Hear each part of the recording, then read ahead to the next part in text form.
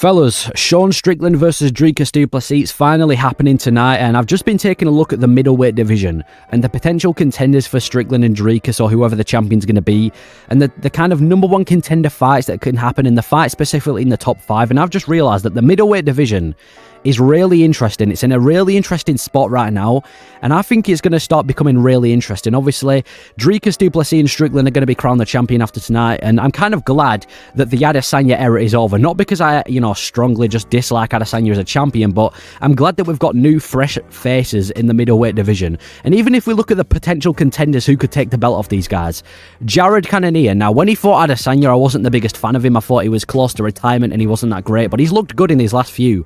Fighting and beating Sean Strickland. Now, it was a close fight. Some people would argue that Strickland won, but it was a close fight. And then even the fight against Marvin Vettori, setting records on Marvin Vettori. I've never seen Marvin Vettori. Listen, give him credit for his chin, but I've never seen someone get beaten up that badly by Cannonier for 5 rounds straight. Cannonier, I don't know what it was since the Marvin Vettori fight. He's like a completely different fighter, and I can't wait for him to enter the title contention now. Khamzat Chimaev, one of the biggest stars in the UFC. Everyone's been, waiting for the time when he finally gets that title shot and when he finally fights for a belt. And I feel like he's getting closer and closer to it. Now, he's not going to get a title shot in his next fight unless he's like a backup opponent, but he's definitely got a lot of fights that could potentially be made. And I think Khamzat Chimaev's next fight, it's got to be a difficult fight. It's either going to be someone like Cannonier, maybe an Adesanya. And I feel like he's really going to have to start testing himself at middleweight. So I'm interested to see the future of Khamzat. Brendan Allen, one of the more entertaining grapplers in the middleweight division, coming off a really impressive win over Paul Craig, showing that he's well-rounded and out-grappling a guy like Paul Craig, who's one of the most dangerous submission artists in the UFC. Fair play for Brendan Allen. Obviously used his signature rear naked choke. Again, he has fought Strickland before and he hasn't looked great, but since that fight, he's been on an absolute streak. And then Robert Whittaker. Now, he's not one of these new contenders. He's been around the middleweight division for quite some time now, but listen, you've got to give Whittaker his credit. He's a fun fighter. He's either one of those fighters that are going to absolutely dominate you for the rest of the fight, or he's going to find a way to get finished. No in between. So that's my thoughts on the potential contenders. Now, there are a few fighters in the middleweight division I haven't mentioned. Adesanya. Now, Adesanya, listen, I don't want to see him fight for the belt because I just want to see some new fresh faces for the middleweight title, but I still feel like there's lots of fun matchups for Adesanya in the middleweight division.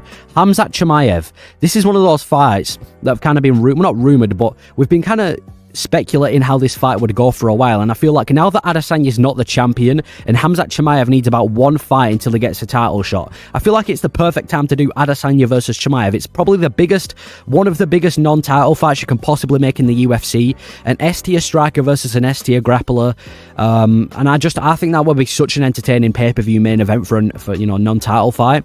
And if Dricus du Plessis loses to Sean Strickland, Adesanya versus Dricus, I feel like this is a rivalry that got made in the middleweight division, and the UFC didn't expect Adesanya to lose. But if Dricus loses, let's see Adesanya versus Dricus du Plessis. The rivalry can finally happen, and I just want to see how their styles complement each other. So that's a good fight for Adesanya.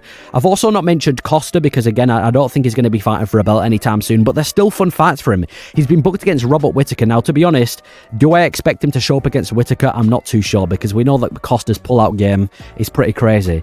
But Costa versus Whittaker, that'll be a fun fight. You've got Whittaker who, when he goes against an opponent that's quite dangerous or, carries power, that's when he struggles, and Costa carries power. But with that being said, look at what Whittaker's done to the rest of the middleweight division, excluding Adesanya and Dricus. He's decimated them. I feel like that's a really entertaining fight for 298. And if not, I feel like Cannonier versus Costa would be one of those fighters where they both just walk forward and make it an all-out bloody war. I think that would be an absolute war. Cannonier and Costa, I don't know how it hasn't happened yet, because that would have been an absolute banger in the middleweight division. So that's another fight that I think could happen.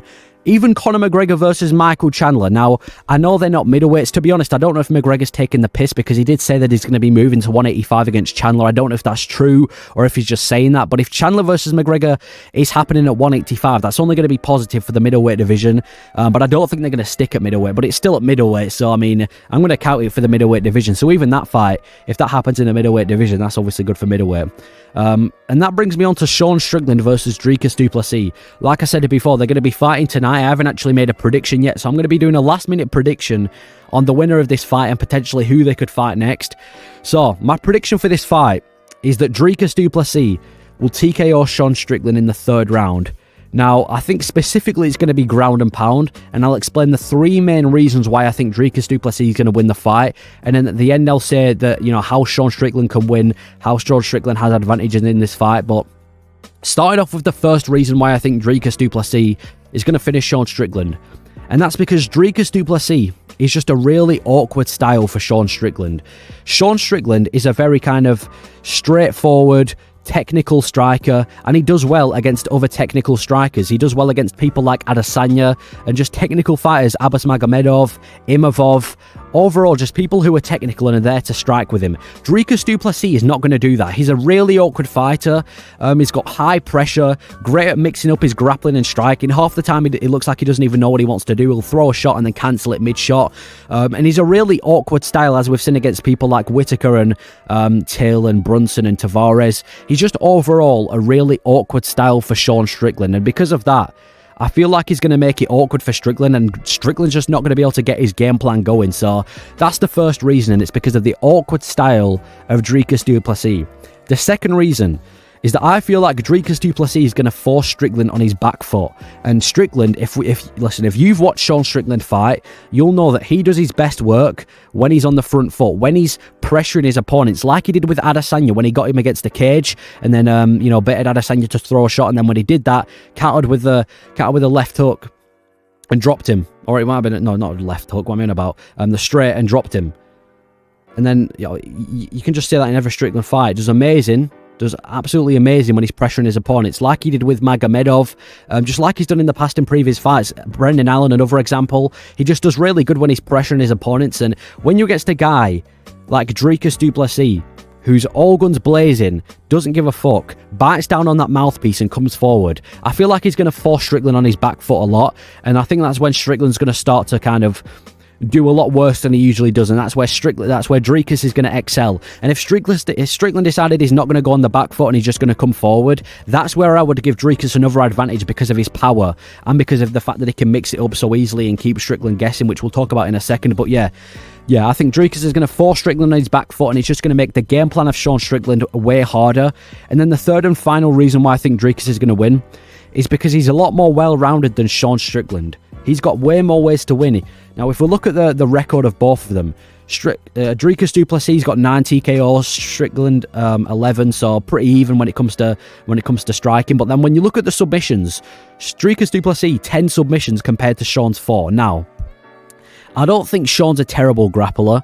I don't think he's, an absolutely horrific grappler in the UFC. He's never really shown that he's got bad grappling, but it's because of the offensive grappling that we consistently see from Dricus du Plessis, like we saw against grapplers like Derek Brunson, or strikers like Darren Till, or well-rounded people like Robert Whitaker. He always brings grappling, and I feel like Dricus du Plessis, because of how well-rounded he is, I feel like he's going to be able to keep Strickland guessing, and he's going to be able to mix up his striking and grappling, and that ultimately is why I think he's going to win the fight, because he's going to take him down, mix it up with striking and grappling, and eventually when he's got Strickland down, I can just see him raining down some ground and pound and finishing him. Now, if Strickland is to win the fight, I think the best chance of Strickland winning a fight is by decision, or a late stoppage in the 4th or 5th round. Now, we've seen Dricus du Plessis' cardio isn't amazing.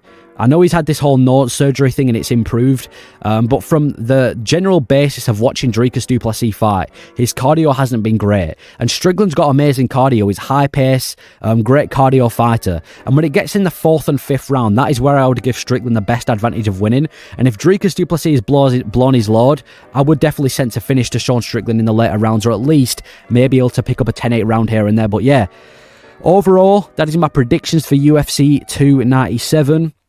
I think Dricus is going to finish him, but let me know your personal thoughts down below. Let me know who you think is going to win. And yeah, thank you for watching.